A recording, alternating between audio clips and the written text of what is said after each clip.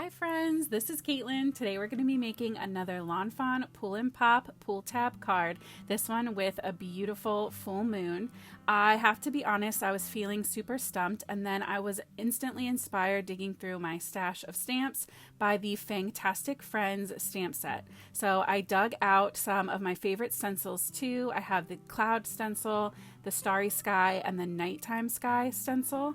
And then I grabbed just this random set of circle dies that I have, and I went for one that was slightly bigger than the moon stencil from Lawn Fawn, so that way I could create a little bit of a border around it so it would blend in better with the rest of my die cut images. So please forgive me while my camera struggles to focus in and out. It goes away after the first minute of this video, and then it gets its life together. So it's been something I'm dealing with. I'm not exactly sure. I figured out if I zoom a little bit, it stops. So if anybody out there has a Canon that has had the same issue, please let me know. But I hopefully will have it all together for this weekend's video.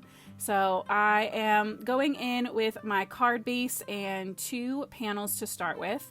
One is going to be the panel that we cut our interactive die elements from, which is what I'm doing now, and the other one I'm going to use to cut the moon. So I'm just using that circle die to estimate where I need my slots to go for my mechanism. I'm going to run that through the die cutting machine as well as that circle, and just really carefully taking off the tape.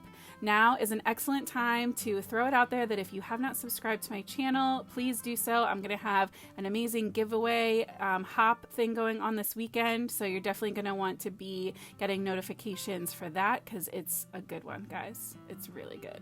So I'm going in with my Distress Oxides to start blending out my moon, and I just grabbed some antique linen, and I am using my Wendy Vecchi small art station, and I did all the way around the circle first, and now I'm going in with the bigger indents, I guess, craters of the moon, and I'm gonna go in with some of the small ones too. I just wanted a little bit extra dimension on it and detail because it is going to be such a focal point of my card, and I even wanted to continue that little half circle that the craters create a little further, so I'm just going to add a few of those down at the bottom. I decided that my one side should be a little darker to balance out all those craters.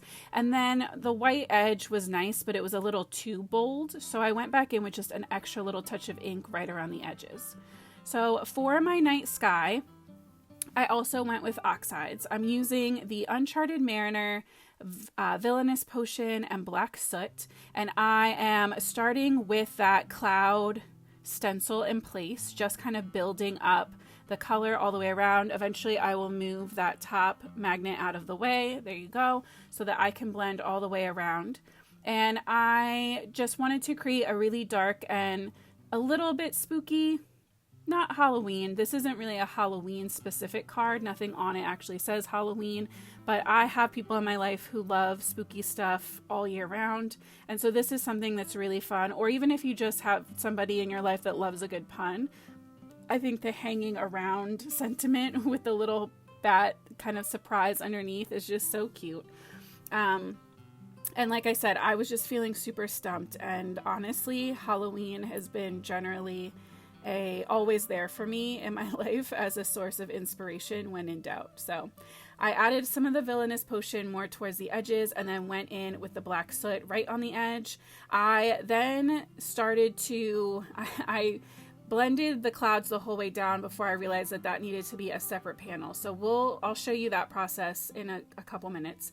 But I wanted to add some stars to my sky, and in hindsight I wish I had put some white pigment ink down on these stars first to just help them pop more, but I still do like how it turned out. I'm going in with a Brutus Monroe glitter paste on a spatula, and I'm just running that through. I did put my cloud stencil back into place so that I don't end up with any glittery stars on my clouds, and then I'm just going to run a very thin layer of this beautiful iridescent glitter over the top. I'm going to peel that up and go wash my stencil, both of them, immediately so that my glitter paste does not dry.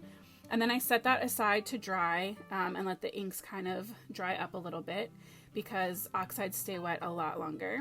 And then for my mechanism, the part of the tab that's going to be visible on the front of the card, I went in with the same oxide inks and ink blended on there, just so that if you can see the tab around the moon, depending on the angle that you're looking at it from, it blends in slightly better. I didn't worry about making it exact. I just figured it being blue and purple was going to be a lot better than it being bright white.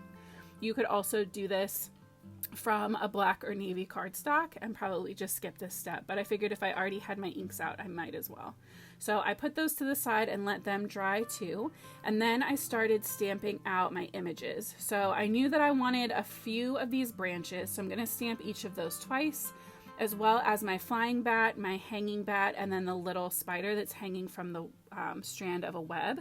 These are just so cute. I don't know about you guys, but Fawn is like a comfort company for me, like comfort stamps. Like, I know when I use them that whatever I'm gonna make is gonna be cute. Like, even if it's not the most artistic or innovative or out there thing I've ever done, if nothing else, it's gonna be absolutely adorable, and so I'm still gonna love it. So I think that's probably why I grabbed these stamps. And so I'm just shading in my branches, the same for all of them, just keeping the shadows kind of on what will be the bottom half of the branch. Just really simple colors going in with my E70 markers, so they're kind of that more taupey brown. And then I went in with BG 99 and 96 for my leaves. These are super tiny, so I really didn't go crazy with the shading, just enough to make them balance out with everything else we're doing. And then for my bats, I like to play with going back and forth between a purple bat and a gray bat. And so this time I kind of combined them. So I went in with my N8, N6, and N4 on the wings, which I wanted to be darker, and then on the face as well. And then for the belly, I also brought in a BV marker just to change it up and add a little bit of fun and just something different to help it pop, but also tie in some of the purple that was in the sky. I thought that was a really fun way to do that. So I grabbed a very gray based purple and threw that into the mix.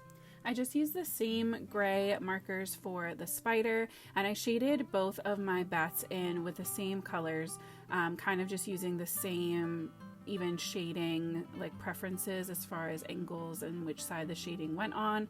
I really just like emphasizing the kind of veins in their wings, and I really try to keep their faces as bright as possible, and I think that's pretty much true for all of the little critters that I color. I think that being able to see their little expressions is the best part of the image, so I try to do that whenever possible. And I used an RV marker for the ears instead of a regular R, just to help tie in all of the cool shades that are going to be on my card.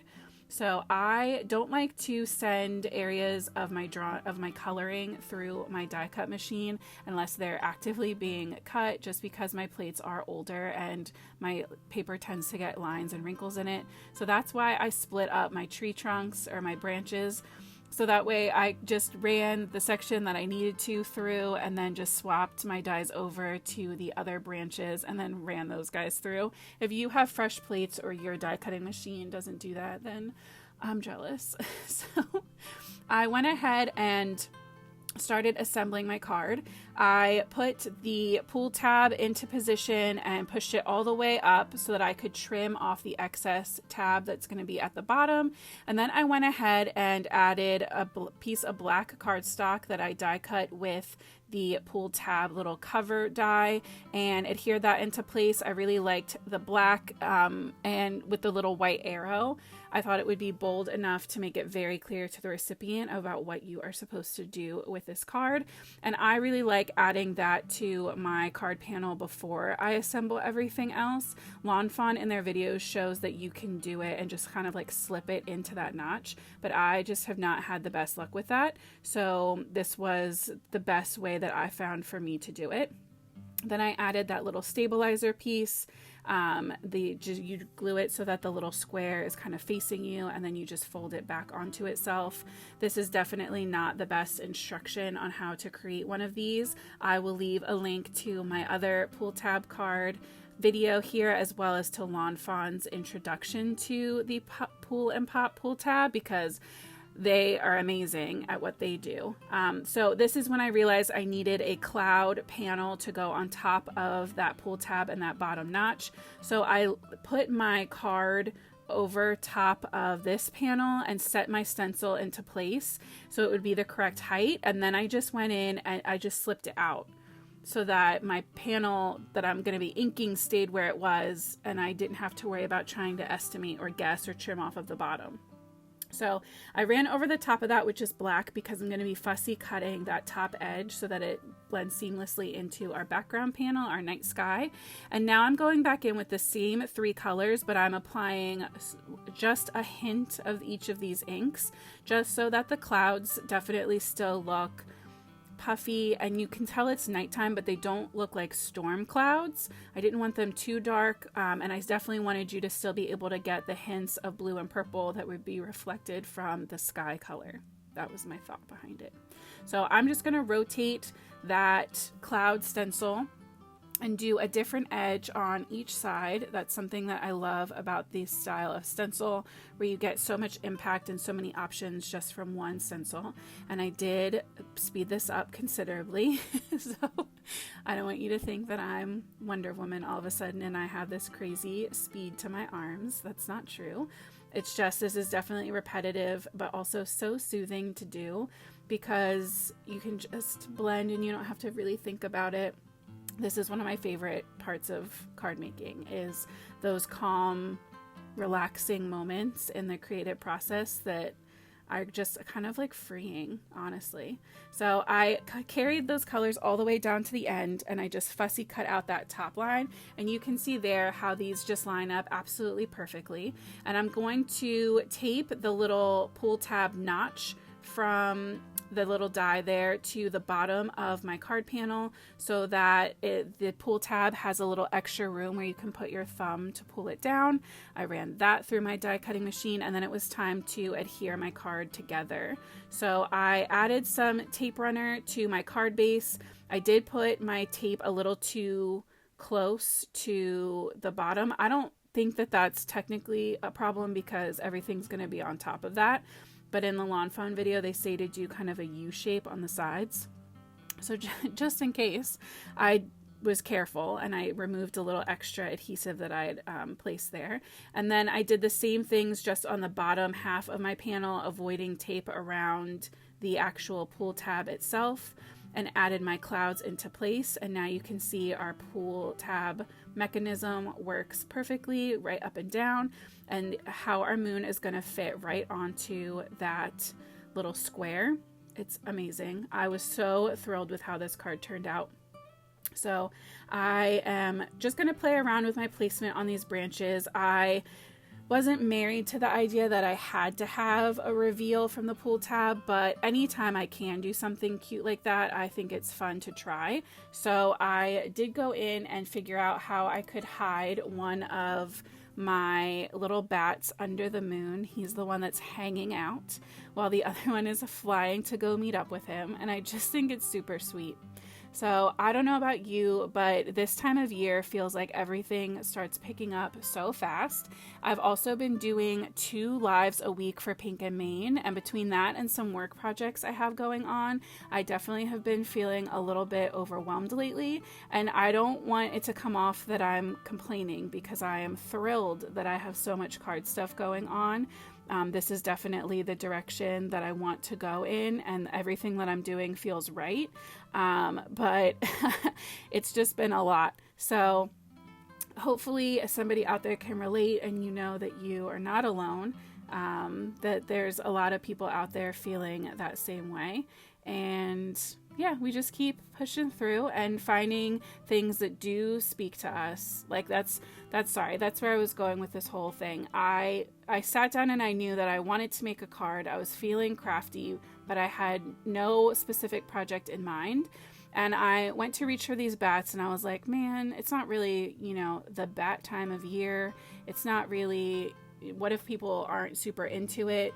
But it's what made me happy. And I think that these techniques hold true no matter what stamp set you're using. So hopefully you still learn something or get inspired to create from this, even if it's not a spooky card, even if it's butterflies or fairies at night or any other animal, honestly, with this beautiful night sky would work.